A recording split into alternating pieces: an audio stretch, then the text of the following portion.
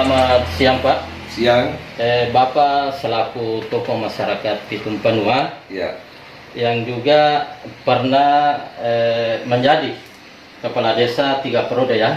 Yeah. Kalau tidak salah 18 tahun itu namanya. 19 tahun setengah. Ya, selaku tokoh masyarakat, saya ingin tanyakan kepedulian Bapak terkait masalah rumah sakit jiwa.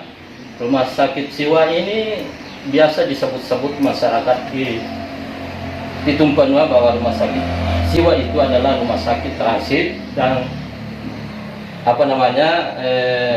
dokter ahlinya sama sekali kurang. Bagaimana menyikapi itu? Terima kasih. Iya.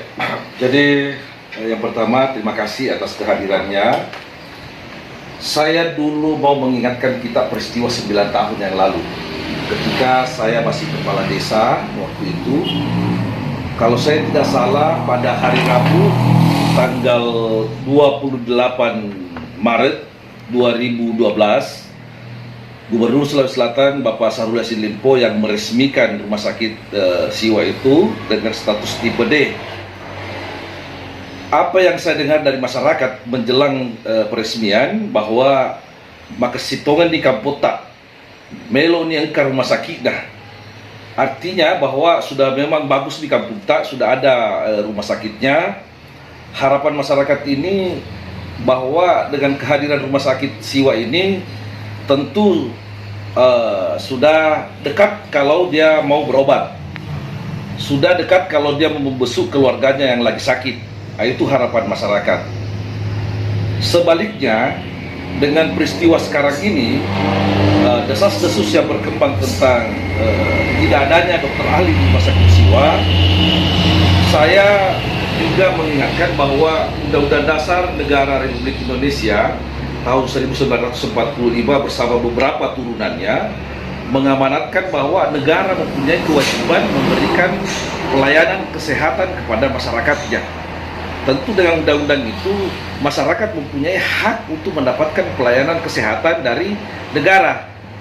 Alhamdulillah pemerintah daerah kala itu yang dipimpin oleh Bapak Dr. Andes Haji Adi Burhanuddin Gundru sudah menghadirkan sebuah rumah sakit tipe D di tengah-tengah jantung kota Siwa. Nah, ini satu wujud kesyukuran kita bahwa jujur kita sudah memanfaatkan rumah sakit itu. Sudah banyak keluarga kita yang kita bawa ke rumah sakit, bermalam 2-3 hari sudah sembuh, pulang. Tetapi di era sekarang ini, dengan semakin canggihnya, semakin modernnya, semakin berpacu dengan waktu, tentu tidak bisa kita biarkan seperti itu kondisinya rumah sakit. Penyakit semakin sebanyak, tentu kesibukan masyarakat juga ya semakin banyak.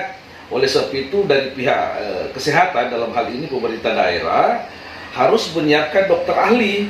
Jangan sampai isu yang berkembang di luar bahwa rumah sakit jiwa ini adalah rumah sakit terminal, itu yang harus kita hapus. Oleh sebab itu sebagai masyarakat, kita juga tidak boleh menutup mata bahwa dengan virus corona yang hampir 2 tahun ini melanda daerah kita, tentu salah satu penyebab tergerusnya keuangan daerah, tetapi tidak satu alasan bahwa dengan corona ini tidak ada perhatian pemerintah kepada rumah sakit. Tentu adalah upaya-upaya. Maksudnya di rumah sakit Madu Kelesekan itu saya dengar-dengar banyak dokter ahli, apa salahnya kalau kita bawa jiwa. Persoalan yang terjadi adalah tidak adanya sarana atau tempat bermalamnya, rumah dinasnya pihak dokter ahli ini. Ya itulah yang menjadi pemikiran kita semua. Kita serahkan kepada pemerintah daerah. Saya pikir sebagai masyarakat itu harapan kita bahwa semoga dengan peristiwa ini pemerintah daerah bisa terketuk hatinya memikirkan bagaimana supaya di rumah sakit jiwa ini kita bisa memanfaatkan sarana dan prasarana yang sudah ada. Ini tentu anggaran APBD dan APBN alkes yang ada di rumah sakit jiwa itu mubazir kalau tidak dimanfaatkan. Oleh sebab itu saya sebagai masyarakat berharap kepada pemerintah daerah dan instansi yang terkait supaya segera mungkinlah menghadirkan dokter ahli. Kalau saya tidak salah hanya 3 dulu yang dibutuhkan, ahli kandungan, ahli penyakit dalam, dan radiologi. Nah, ini yang peralatannya ada yang bisa kita manfaatkan. Saya pikir itulah harapan saya sebagai masyarakat. Tentu ada harapan khusus buat pemerintah saat ini Dua Amran dengan pihak DPRD sebagai penentu juga di sana. Terima kasih. Ya.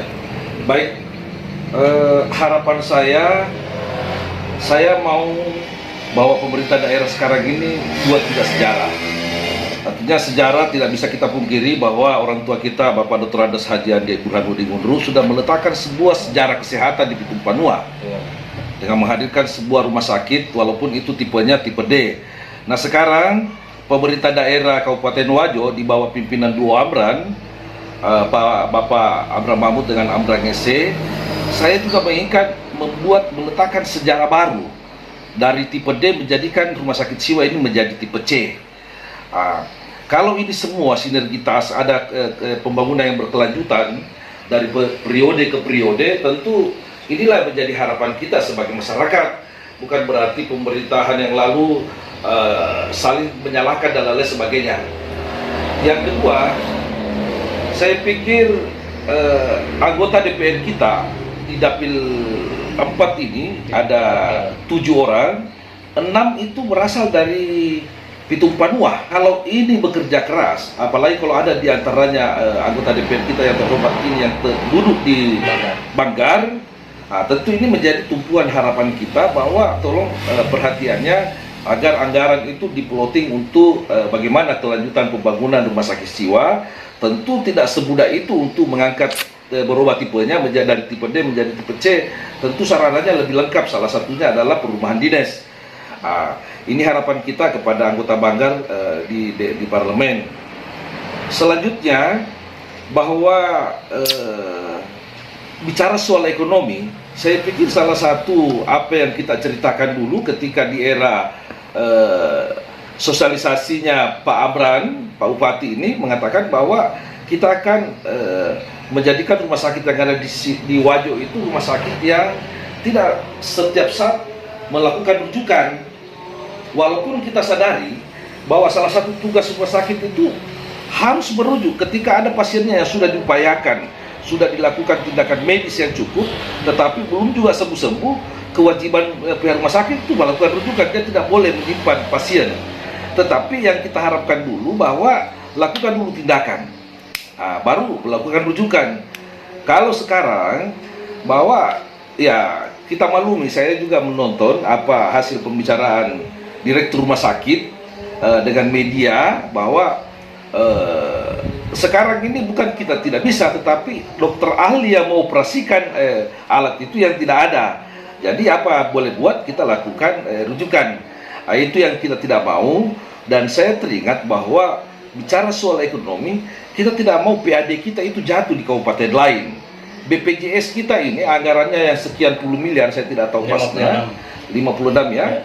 50 miliar anggaran APBD itu untuk BPJS masyarakat Kabupaten Wajo. Ini akan jatuh, kalau kita rujuk akan jatuh di daerah tetangga kita, di mana masyarakat kita dirujuk. Yang kedua, secara nyata bahwa ini istilah saya, mungkin ini istilah kanak-kanakan, tetapi ini yang menjadi pemikiran dari yang kecil kan menjadi besar, bahwa satu pasien yang dirujuk di kabupaten tetangga tentu ini akan membuang uangnya masyarakat kita ini ke daerah tetangga. Salah satunya contoh bahwa kalau ada pasien satu yang dirujuk, tentu kalau misalnya ada keluarga saya, minimal 30 anggota keluarga saya itu yang akan melakukan kunjungan atau membesuk keluarga di sana. Kita ini mau beli rokok, mau beli minuman, makanan dan lain-lain, semuanya itu jatuh di uang kita ini jatuh di daerah kabupaten tetangga. Kalau tidak lagi dijadikan rujukan, mampu kita tangani sendiri di Siwa, tentu uang itu berputar di kabupaten kita dan itu akan mengangkat PAD kita. Saya pikir ini harapan saya. Berharap Bapak pemerintah daerah Kabupaten Wajo dalam hal ini Dua Amran, mari kita buat sejarah di bidang rumah sakit, di bidang kesehatan, bahwa di tangan Bapak, di kepemimpinan Bapak, rumah sakit Siwa ini dari tipe D kita jadikan tipe C. Oke, untuk Pak Bupati Wajo dan Wakil Bupati Wajo. Tapi Pak, terakhir sekali, jika Bapak Bupati Dua Amran ini bisa melaksanakan ini keinginan masyarakat Pitung Panua menjadikan rumah sakit Siwa yang saat ini tipe D menjadi tipe C. Kira-kira kedepannya itu bagaimana itu nantinya? Ya. Terima kasih.